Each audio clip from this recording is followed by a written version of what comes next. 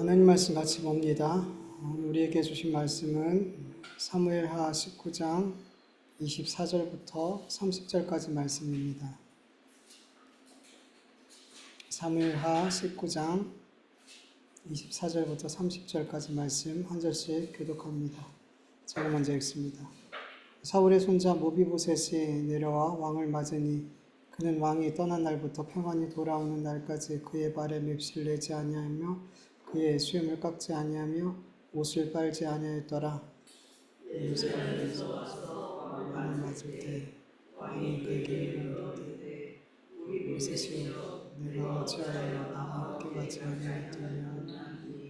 대답하되 내 주 왕이여 왕의 종인 나는 다리를 절므로 내 나귀의 안장을 지워 그 위에 타고 왕과 함께 가려 하였더니 내 종이 나를 속이고 종이 나를 내 주와 함께 모함하였나이다.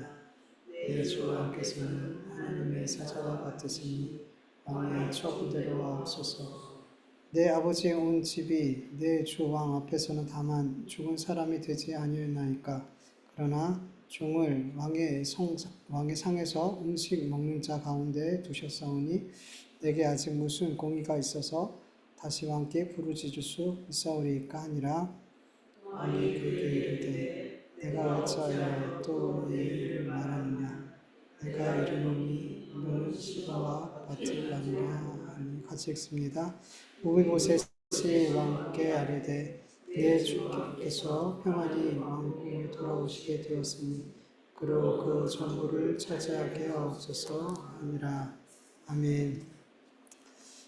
다윗은 자기가 황궁하는 것을 가장 반대했던 유다 지파의 마음을 자기에게로 향하게 만들었죠. 너희는 내 골육이다, 내 형제다 그러면서 유대 사람들의 마음을 자기에게로 향하게 했어요. 그래서 결국 다시 황궁을 하게 되죠. 그 황궁하게 되는 가운데 몇몇 사람들을 만나게 되는데 다윗이 그들과 대화하는 모습 그리고 그가 하는 결정들을 보면 다윗 같지 않은 모습, 이해할 수 없는 그 모습이 보여요. 지난주에 다윗은 압살롬을 피해 도망갈 때 자기를 저주했던 베냐민 지파 사람 시므이와 이렇게 대화하는 모습을 우리 지난주에 나누었죠. 시므이는 다윗이 도망갈 때 돌을 던지면서 다윗을 따라가면서 저주했던 악한 사람이에요. 여러분, 하나님이 기름 부은 왕을 저주하면 어떻게 되는 줄 아세요? 원래는 돌에 맞아 죽어야 돼요. 여러분, 열왕기상 21장을 보면 나봇이라는 사람이 있는데 이 나봇이라는 사람이 사람들한테 돌에 맞아 죽어요. 그 이유가 뭐냐면 어떤 사람들이 모함을 해서 나봇이 하나님과 왕을 저주했다라고 이렇게 거짓으로 이렇게 모함을 했어요. 그래가지고 사람들이 그 거짓말을 듣고 나봇을 끌고 나가서 바로 돌로 쳐 죽였단 말이죠. 근데 이 시므이라는 사람은 왕을 대놓고 저주했단 말이에요. 이거는 당연히 돌에 맞아 죽어야 될 일이죠. 그런데 다윗이 어떻게 했어요? 시므이를 죽이지 않겠다라고 맹세했더라는 거죠. 근데 우리가 지난주에 살펴봤지만 다윗이 시므이를 정말 용서했기 때문에 하나님이 나를 용서해 주신 그 은혜로 말미암아 나도 저런 자를 용서해야지. 그래서 용서한 게 아니라 이스라엘 백성이 지금 마음이 나눠져 있고 백성들의 마음이 자기에게 향하고 있지 않기 때문에 백성들이 더 이상 분열하지 않고 나눠지지 않고 하나가 되게 하려고 모든 지파가 하나가 돼서 나를 따르게 하려고 그렇게 용서가 되지 않지만 용서한 척 했더라는 거죠. 그걸 우리가 어떻게 알았어요? 다윗의 마지막 유언에 솔로몬한테 뭐라 그래요? 내가 하나님께 맹세해서 이 시므이라는 자 못 죽여. 그러니까 어떻게? 네가 대신 좀 죽여줄래? 그리고 죽었어요, 다윗이. 그러니까 죽는 날까지 이 시므이가 한 짓에 대해서 용서 못했어요. 근데 여기서는 내가 너 죽이지 않을게. 하나님의 이름으로 맹세할게. 너 안 죽어. 마치 용서한 것처럼 그랬더라는 거죠. 그런데 우리가 아는 것처럼 다윗이 그렇게 자기 지혜로 거짓 용서까지 하면서 이스라엘 백성들을 하나 되게 만들고 그 하나된 마음이 자기에게로 향하게 하려고 애를 썼지만 그렇게 잘 안 되더라는 거죠. 그렇게 안 되더라는 거죠. 그 지혜로, 자기의 지혜로, 자기의 힘으로 그렇게 백성들을 하나로 만들려고 애쓸수록 더 하나님의 백성들은 나눠지고 깨지고 다윗에게로부터 멀어지더라는 거죠. 여러분, 백성들을 하나 되게 하려면 다윗은 뭘 했어야 될까요? 백성들의 마음이 자기에게 향하는 게 아니라 하나님께로, 하나님의 말씀으로 향하게 만들어야지 이스라엘 백성들은 하나가 될 수 있어요. 그렇게 되면 자연히 백성들의 마음이 하나님께로 향하게 될 때, 말씀을 향하게 될 때 그들의 마음이 자연스럽게 다윗을 향하게 갈 수밖에 없게 되어 있단 말이죠. 근데 다윗은 이 중요한 것을 생략하고 백성들이 하나님께 마음을 두는 그 일에 전념을 했어야 되는데 그걸 생략하고 백성들의 마음을 그들의 마음이 하나 되게 해서 자기에게로 그 마음이 향할 수 있도록 자기 지혜로, 자기 힘으로 그렇게 애썼더라는 거죠. 근데 안 되더라는 거예요. 여러분, 누군가를 때로는 어떤 공동체를 하나로 만드는 건 하나님의 은혜가 임해야 돼요. 하나님의 은혜가 임해야 돼요. 여러분, 죄인된 인간들이 이런저런 방법으로 하나를 만들어 애써 봐도 하나가 돼야 안 돼요. 잘 안 돼요. 하나가 되는 것 같아도 금방 깨져요. 여러분, 가족조차도, 그렇게 사랑하는 가족조차도 여러분, 하나가 돼야 안 돼요. 가족이 4명 있으면 몇 개로 깨져요? 4개로 깨져요, 마음이. 가족조차도 그걸 경험하잖아요. 가족조차도 하나 되는 게 얼마나 어려운데 안 돼요. 근데 세상에서 어떤 공동체, 그 어떤 공동체도 여러분 잠깐은 하나 된 것처럼 보일지 있지만 결국에는 자기의 이해 충돌이 있으면 그리고 저 사람이 나의 마음을 상하게 했어. 내 자존심을 긁었어. 그럼 어때요? 금방 뒤돌아서요. 금방 그 하나됨이 깨진단 말이에요. 여러분, 이스라엘 백성들이 다윗이 그렇게 하나로 만들려고 했지만 금방 깨지더라는 거죠. 왜요? 유다 지파가 다윗을 먼저 맞이하러 갔잖아요. 그러니까 다른 11지파가 왜 너희가 먼저 가? 왜 우리와 상의 없이 왜 너희만 다윗 왕을 맞으러 가? 그러면서 서로 싸우더라는 거예요. 그러니까 유다 지파는 우리의 권력이잖아.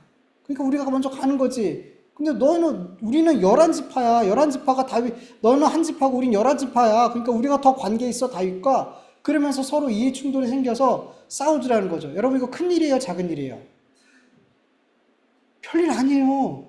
누가 왕을 먼저 맞으러 가면 어때요? 이거 가지고 이스라엘 백성이 분열될 일이에요? 아니에요. 별것도 아니에요. 근데 이 일 때문에 이스라엘 백성들이 또 두 쪽이 나더라는 거죠.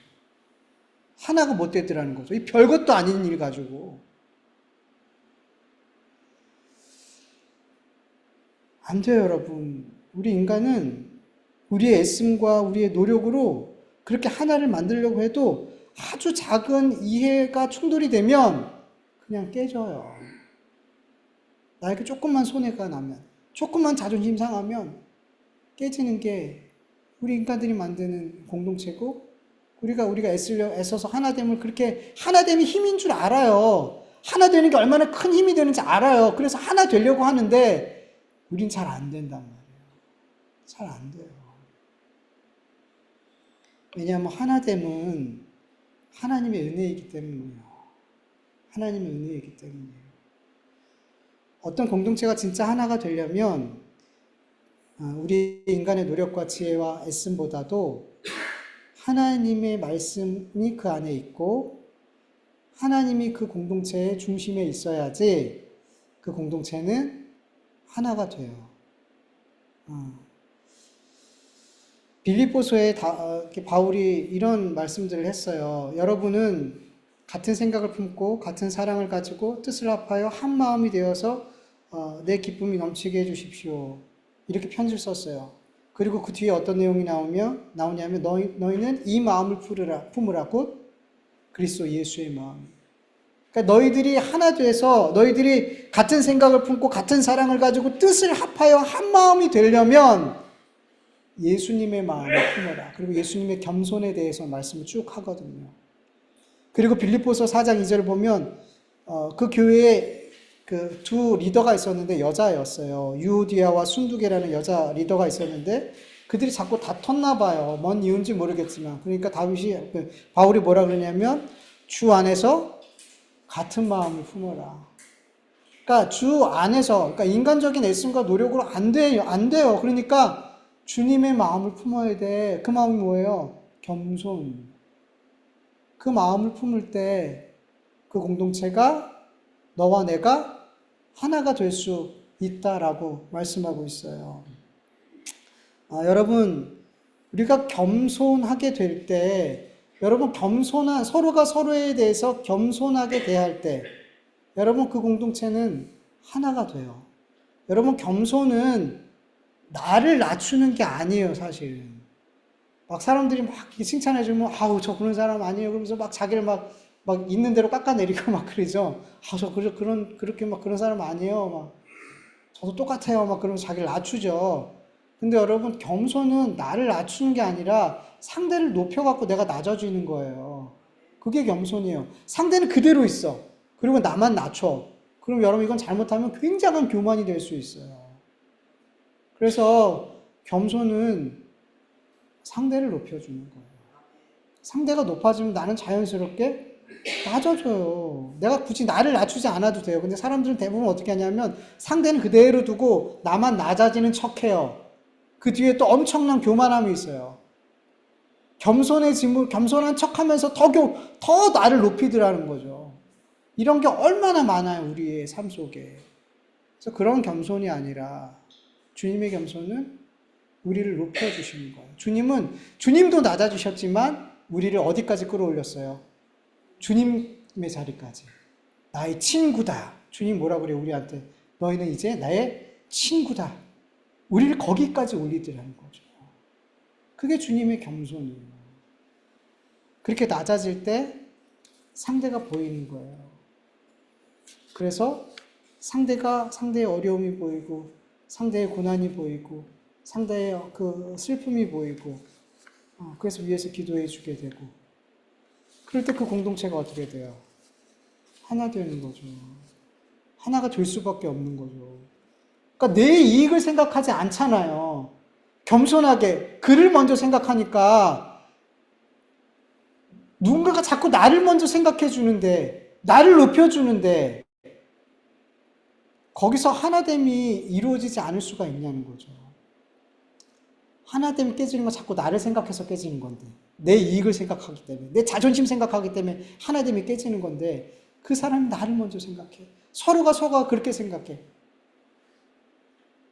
그런 공동체가 하나가 되는 거예요. 주 안에 있을 때, 주님의 마음을 품은 공동체가 될 때. 여러분, 이 시대의 교회 공동체가, 그리고 또 믿음의 가정이라고 하는 공동체가 이렇게 많은 갈등과 싸움과 미움과 분쟁과 나눠짐이 있냐면, 특히 교회를 보면 이런 목회자들이, 성도들의 마음이 주님과 그 말씀을 향하게 만들어야 돼요.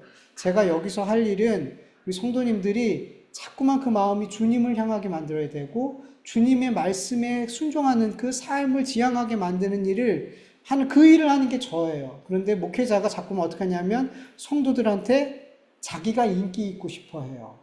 성도들에게 자기의 말이 영향력 있고 싶어 하고, 자기를 따르게 하고 싶어 해요. 자기를 바라보게 하고 싶어 해요. 목회자들이, 그리고 교회 안에 있는 리더들이. 그렇게 자기 중심으로 교회를 하나 되게 만들려고 하니까 자꾸 교회 안에서 너무 많은 분쟁이 일어나고, 그 목사님을 따라서 다른 리더들이 똑같이 행동해요. 자꾸만 그 리더들마다 자꾸 자기를 따르게 만들어요. 여러분, 목회자가 교회 성도들을 자꾸만 하나님을 바라보고 하나님을 따르게 만들면, 다른 교회 안에 있는 리더들 역시도 그 공동체 안에서 그 리더십을 발휘할 때 주님 바라보게 만들어요. 주님을 따르게 하는 그 리더십을 발휘하게 된단 말이에요. 그럴 때 교회가 어떻게 되냐면 하나 되는 거예요. 근데 교회가 그렇지 못한 교회가 굉장히 많아요. 자꾸 목회자뿐만 아니라 어떤 교회에 힘 있는 어떤 누군가가 자꾸만 자기를 따르게 만들어요. 자기를 바라보게 만들고 자기에게 얼마나 영향력이 있는지 그걸 자꾸만 드러내고 안 돼요, 여러분. 그 교회는 결코 하나 될 수가 없어요. 여러분, 교회에 좋은 프로그램이 없어도 괜찮아요. 체계가 조직적으로 잘 되어 있지 않아도 괜찮고요. 재정적으로 여유 있지 않아도 괜찮아요. 모든 성도들이, 목회자가 다 주님을 중심에 두고, 주님의 마음을 중심에 두고, 그렇게 주님을 바라보게 되는 교회가 될 때, 교회는 다른 부수적인 게 다 필요 없어요. 물론 그것들이 필요한 부분이 있지만, 하나도 있고, 교회가 바르게 건강하게 세워지는 건 하나님 바라보면 되는 거예요. 말씀 바라보면 되는 거예요. 여러분, 교회 여기 와서 지금 뭘 바라보려고 오는 거예요? 누굴 바라보려고 예배하러 오는 거예요? 하나님 바라보려고 오는 거잖아요. 그 말씀 내 마음에 두려고 오는 거잖아요. 그 하나님의 얼굴 보고 가려고 오는 거 아니에요? 마당만 밟고 가려는 게 아니라. 여러분, 주명교회와 우리 많은 교회들이 정말 주님을 머리로, 주님을 중심에 두고 주님의 마음을 품고 한 사람 한 사람이 그렇게 서로를 겸손하게 섬기고 위하며 기도하며 하나 되는 공동체 되었으면 정말 좋겠습니다. 교회는 그래야 되잖아요. 교회는.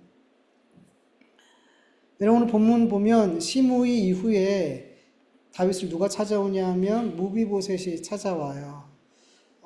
무비보셋이 누군지 알죠? 요나단의 아들 절뚝발이 다윗이 은혜를 베풀어서 왕자들과 함께 밥을 먹고 사울왕의 모든 그 밭을 다 무비보셋한테 줘서 그렇게 그 어떤 왕통의 어떤 대우를 해주잖아요. 이 무비보셋이 찾아왔는데 무비보셋의 모습이 어땠냐면 발에 맵시를 내지 않았다 그래요. 이렇게 두 발을 절잖아요. 그래서 뭐 그 두 발 저는데도 뭐 리본을 묶고 뭐 이런 맵시가 아니라 발톱을 깎지 않거나 씻지 않거나 이런 모습인 거죠. 가장 자기에게 그 수치스러운 제 가장 연약한 부분을 그래도 제일 예쁘게 하고 싶잖아요. 그런데 그거를 방치한 거예요. 그냥 방치한 거예요. 그리고 수염도 깎지 않았다 그러고 다윗이 돌아올 동안 옷도 빨지 않았다 그래요. 그러니까 어떻을까요? 모습이. 다윗 앞에 딱 왔을 때 모습이 어땠을까요? 완전 노숙자 같은 모습이었을 거예요. 왜 그랬을까요? 다윗과 함께 못 갔지만 다윗과 함께 고난받고 싶었던 거예요. 그게 무비보셋의 마음이었어요. 그런데 그를 보자마자 다윗은 이렇게 얘기해요. 네가 어찌하여 나와 함께 가지 아니하였더냐. 이건 되게 분노와 책망이 섞인 질문이었거든요. 왜 이렇게 질문했냐 하면 시바의 말을 듣고 무비보셋을 오해했기 때문이죠. 무비보셋이 다윗을 따라가려 했지만, 그래서 나귀 안장을 지우고 따라가려고 했지만 시바라는 종이 그 나귀에다가 잔뜩 음식을 싣고 그냥 다윗에게 가버렸어요. 그리고 마치 자기가 이것을 다 준비하고 무비보셋은 배신한 것처럼 이야기를 하게 되잖아요. 그래서 오해하게 된 거예요. 이 무비보셋 나쁜 놈. 내가 너한테 어떤 은혜를 베풀었는데 나를 안 따라와? 오해를 하게 됐죠. 그리고 그 마음이 계속 있었던 거죠. 그래서 무비보셋을 보자마자 너 왜 나 안 따라왔어? 라고 책망하듯 이렇게 물어본 거죠. 그러자 무비보셋이 본문 26절, 27절 세 번역 말씀 쭉 제가 읽지는 않을게요. 시바가 저를 속였어요. 저는 따라가려고 그랬는데 시바가 저를 속였어요. 그리고 왕에게 저를 모함했어요. 그러면서 저는 왕에게 너무나 큰 은혜를 얻었어요. 제가 뭔 말을 더 하겠습니까? 왕의 처분대로 하겠습니다. 이렇게 다윗한테 이야기를 하더라는 거죠. 이제 비로소 시바가 무비보셋을 속이고 다윗을 속였다는 것을 다윗은 이제 비로소 확인을 할 수 있게 되었어요. 그렇다면 다윗은 어떻게 해야 될까요? 지금 시바도 같이 따라오고 있어요. 그럼 시바를 불러다 놓고 너 왜 거짓말했어?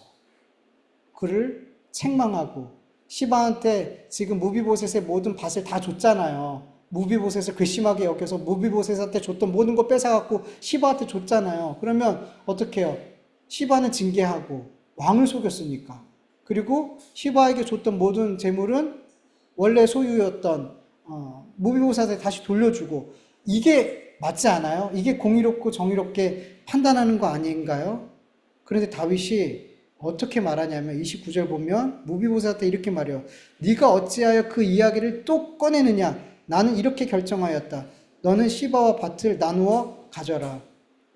쉽게 말해서 그만 말해. 됐어. 듣고 싶지 않아. 시바와 밭을 나눠. 반반씩 나눠. 여러분, 무비보셋은 아무런 잘못이 없었어요. 억울하죠, 오히려. 그것을 다윗이 알았어요, 몰랐어요? 알았잖아요. 시바 때문에 지금 이런 모든 오해가 생겼다는 걸 알았잖아요. 이게 괘씸한 놈은 지금 시바란 말이죠. 그런데 시바를 책망하거나 그의 죄를 묻거나 형벌을 내리거나 다시 그의 재물을 뺏어서 무비보셋한테 주는 그런 결정들을 해야 안 해요? 안 해요. 왜요? 다윗은 지금 어떠한 분쟁도 나눠짐도 일어나면 안 돼요. 백성들이 하나 돼야 돼요. 자꾸 그 모든 마음이 누구에게? 나에게 향해야 돼요. 이 목적이 지금 그를 계속 지배하고 있다고 지난주에 말씀드렸죠. 그 생각이 가득해서 모든 상황을 그렇게 보고 그렇게 결정하고 그렇게 말해요. 그래서 시바가 잘못했지만 시바의 잘못을 드러내요, 안 드러내요? 무비보셋이 옳지만 그 옳음을 드러내요, 안 드러내요?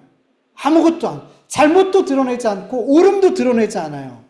그리고 재산을 반반씩 나누게 함으로 애매하게 문제를 마무리한단 말이에요.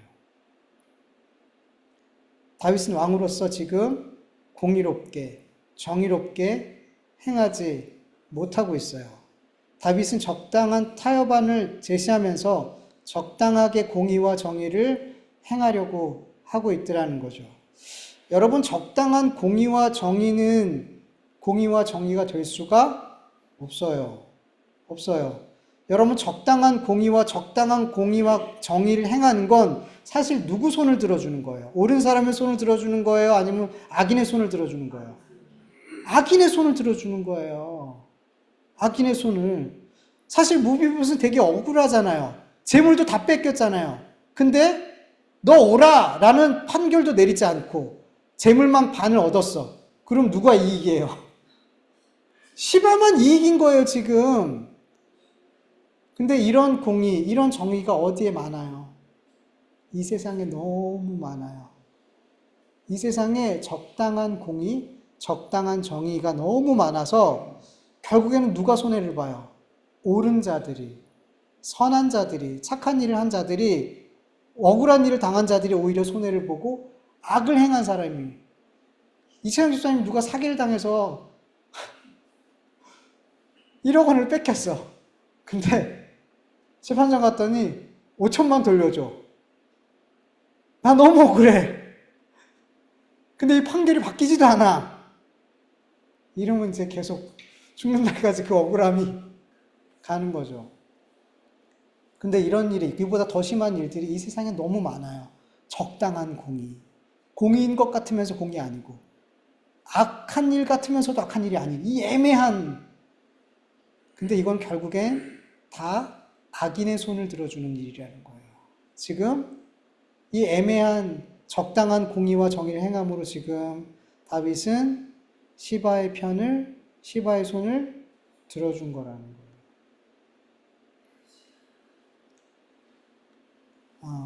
다윗은 또 잘못한 건 뭐냐 하면 무비보셋이 정말 뭘 원하는지 그게 안 보이더라는 거예요. 여러분, 사실 무비보셋은 자기가 빼앗긴 그 밭을 돌려받기 위해 이렇게 변화한 거 아니잖아요.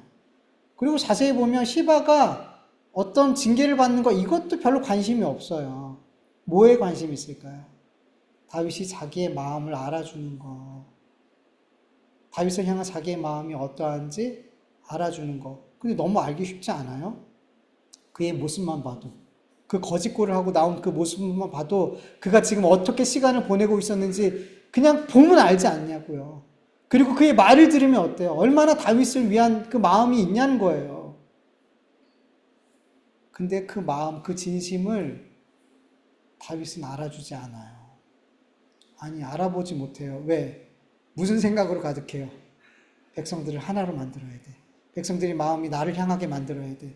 이 마음, 이 생각으로 가득하니까 이 무비보셋의 진심이 하나도 보이지가 않아요. 안 보여요.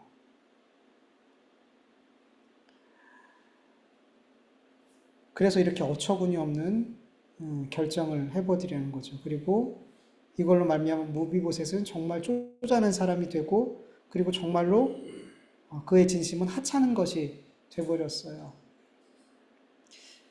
다윗은 지금 한 사람의 진심보다 백성들의 마음을 얻는 일이 훨씬 더 중요했기 때문이에요.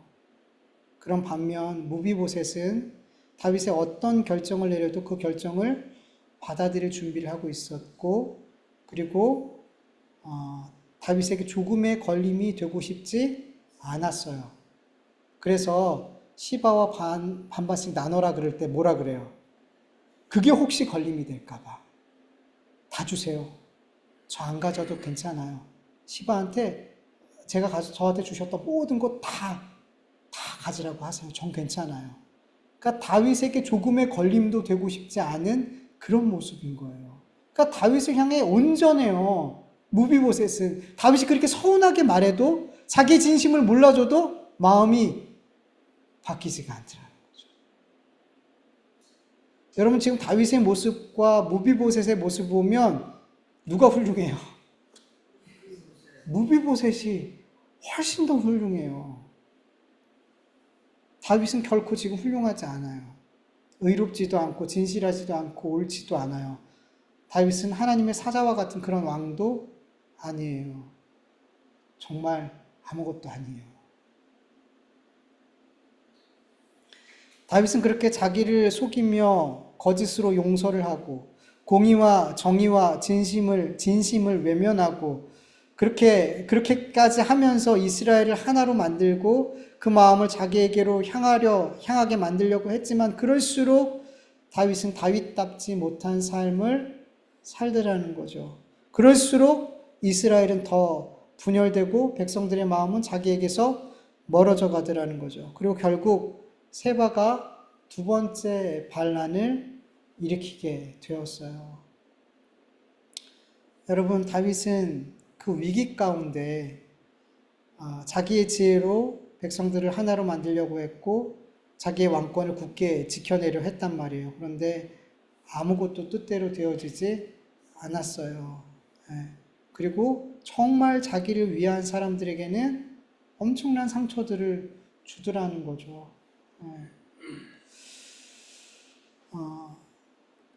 다윗은 평안할 때도 유혹에 넘어갔고 위기 가운데서도 시험에 넘어졌어요.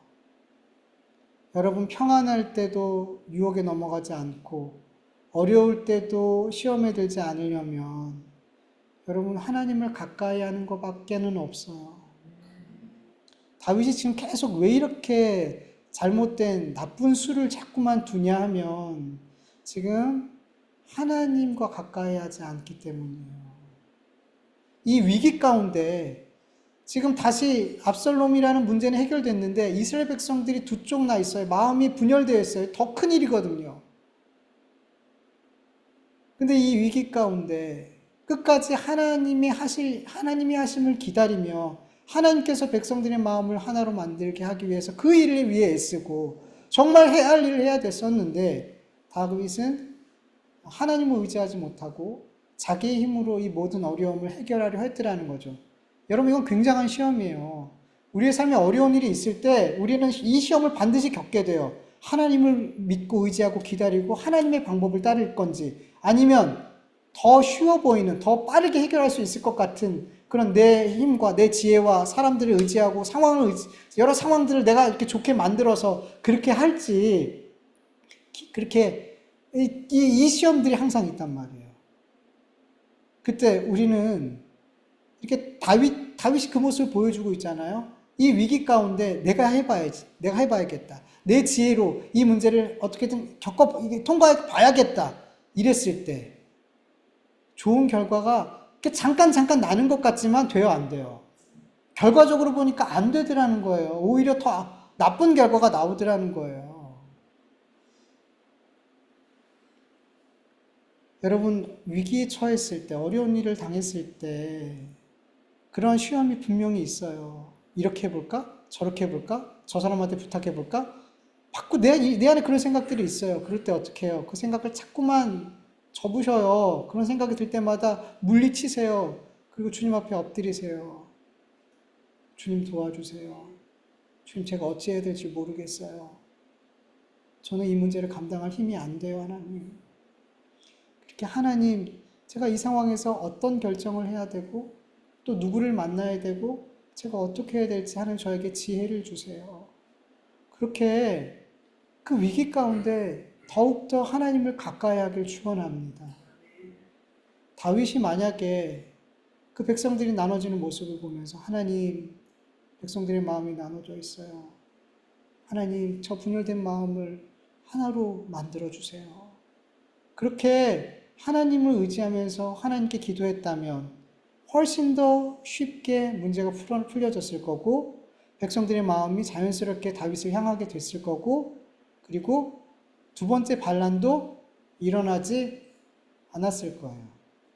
분명히 그랬을 거예요. 왜요? 하나님은 다윗을 왕으로 세우기로 작정했으니까 그 왕위를 계속 이어가게 하시기로 약속하셨기 때문에 약속하셨잖아요. 다윗에게 약속하셨잖아요. 그러면 그 약속을 믿고 하나님이 일하시도록 기도해야죠. 내가 하려는 게 아니라 하나님의 약속의 말씀이 일하시도록 기다려야죠. 여러분, 하나님은 우리를 물 가운데 불 가운데 그냥 두지 않으세요. 우리를 눈 깜빡일 사이에도 내버려 두지 않으세요. 우리를 예수 그리스도의 십자가에 못 박아 대신 죽이실 만큼 우리를 사랑하시고 우리 같은 자를 하나님의 자녀로 삼으셨어요. 성경에는 우리를 향한 하나님의 그 마음이 어떠한지 너무나 많이 나와 있어요. 그 하나님이 우리를 그냥 그 고난과 그 절망 가운데 죽음 가운데 그렇게 던져놓고 아무 일도 하지 않으시겠냐는 거죠. 아니에요, 여러분. 우리보다 더 열심히 하나님은 일하고 계세요. 졸지도 않으시고 주무시지도 않으시고 하나님은 우리를 지키시고 우리를 위해 일하시는 하나님인 아버지심을 믿으시길 축원합니다. 위기 가운데 더 주님을 가까이 하십시오. 네. 주님과 가까이 할 때 그게 사는 길이에요. 그게 사는 길이에요. 네. 다윗의 이 넘어지는 모습을 보면서 여러분, 다윗도 이렇게 넘어져요. 다윗도 이렇게 위기 가운데 자기 의지하고 자기 생각 붙들고 다윗조차도 이래요. 우린 똑같아요, 다. 다윗이 위대한 건 다윗이 위대해서가 아니라고 얘기했잖아요. 하나님이 위대하시기 때문에 다윗이 위대해진 거예요. 우리 그리스도인의 삶이 거룩하고 위대한 삶이 될 수 있는 건 우리 때문이 아니라 나와 함께 하시는 하나님 때문이라는 걸 믿으시길 축원하고 늘 하나님과 가까이 하는 우리 모두가 되길 간절히 축원합니다. 우리가 말씀을 기억하고 잠깐 기도하죠. 아버지 하나님 감사합니다.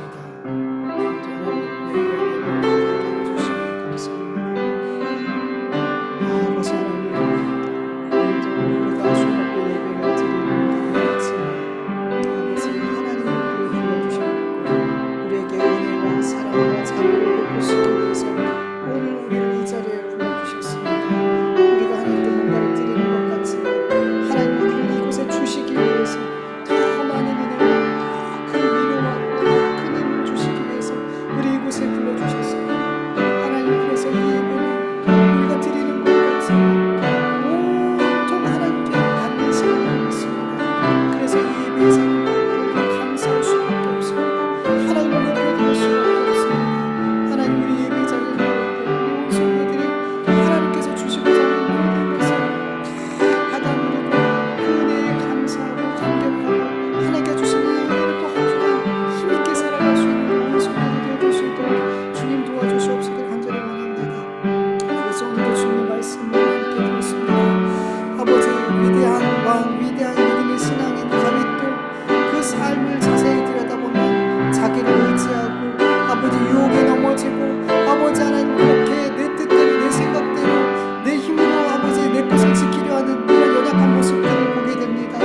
아버지 하나님 잘못된 판단과 잘못된 결정을 하는 일들도 보니까 하물며 우리이겠습니까? 아버지 다윗이 하나님을 함께하지 않고 약속의 말씀을 붙들지 못하는 순간 금방이라도 넘어지고 금방이라도 죄에 빠집니다. 하물며 우리이겠습니까? 아버지 우리 그리스도인들 정신 바짝 차리고 매 순간순간마다 하나님을 의지하기 원합니다. 이 고난의 때에 아버지 하나님을 더 가까이 하고 하나님 어찌합니까? 제가 어찌해야 됩니까? 아버지 하나님 마음이 급해서 내 생각과 내 지혜와 내 힘을 의지하지 않고 끝까지 기다리고 하나님을 바라보고 하나님의 뜻을 아버지 하나님 뜻에 순종할 수 있는 우리가 되어줄 수 있도록 도와주시옵소서. 아버지 내 뜻대로 하는 게 지름길 같지만 하나님의 말씀을 기다리고 하나님 말씀에 순종하는 것이 지름길입니다. 그것이 옳은 길입니다. 옳은 길을 가게 하여 주옵소서. 지름길이 아니라 지름길처럼 보이는 길이 아니라 옳은 길을 갈 수 있는 우리 모두가 되어줄 수 있도록 도와주시옵소서. 간절히 원합니다. 감사하며 예수님의 이름으로 기도합니다. 아멘. 아버지 하나님 감사합니다. 오늘 이렇게 하나님 앞에 한 사람 한 사람 불러주셔서 너무나 감사합니다.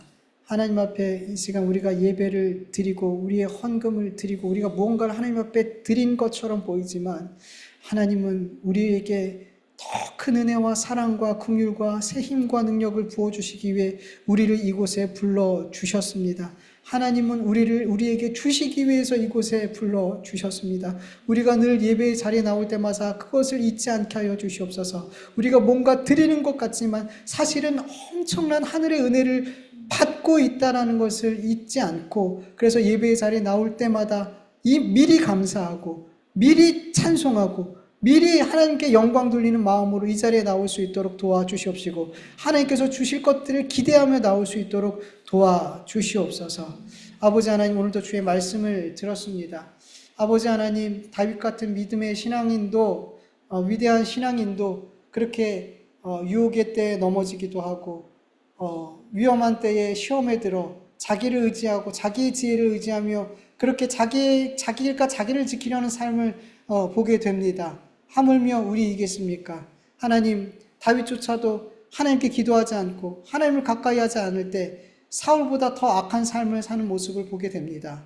아버지 하나님 하물며 우리이겠습니까? 하나님 우리의 삶이 날마다 순간마다 하나님을 가까이 하는 삶이 되게 하여 주시옵소서. 평안할 때도 주님과 가까이 하는 삶을 살게 하여 주시옵시고 어렵고 위기의 순간에도 주님을 가까이 하는 삶이 되게 하여 주시옵소서. 주님을 가까이 하지 않은 모든 순간은 우리가 다 넘어지는 순간이 될 수밖에 없사오니 주님 도와주셔서 우리가 넘어지고 실족하지 않도록 하나님 시험에 들지 않도록 늘 주님과 가까이 하는 삶, 말씀을 가까이 하는 삶, 예배와 기도를 가까이 하는 삶이 되어줄 수 있도록 은혜 베풀어 주시옵소서. 주님 앞에 귀한 예물 올려드렸습니다. 아버지 하나님 우리가 넉넉하여서 아버지 하나님 앞에 드리는 것이 아닌 아버지 하나님 앞에 감사하고 우리에게 주신 것들에 대해서 너무나 만극하여서 구별하여서 하나님 앞에 올려드립니다. 이 예물을 다 하나님의 것이지만 우리의 것을 드린 것으로 받으시는 하나님 정말로 감사합니다. 하나님 이 예물 기쁘게 받아 주시옵시고 우리 모든 성도들에게 꼭 필요한 것들을 하늘의 은혜로 채워 주시옵시기를 간절히 원합니다. 건강이 필요하고 물질이 필요하고 건강한 관계가 필요하고 여러 가지 우리에게 필요한 것들이 너무나 많습니다. 하나님 그 필요할 때마다 가장 좋은 것으로 선한 것으로 우리 온 성도들의 삶과 가정 가운데 채워 주시옵소서. 이제는 우리 주 예수 그리스도의 은혜와 하나님의 다하심이 없는 사랑하심과 성령님의 인도하심과 교통하심과 충만하심이 모든 상황 속에서 하나님을 가까이 하는 삶을 살기를 원하는 하나님의 백성들 위해 그 가정과 일터 위에 교회 위에 이제부터 영원토록 함께할지어다. 아멘.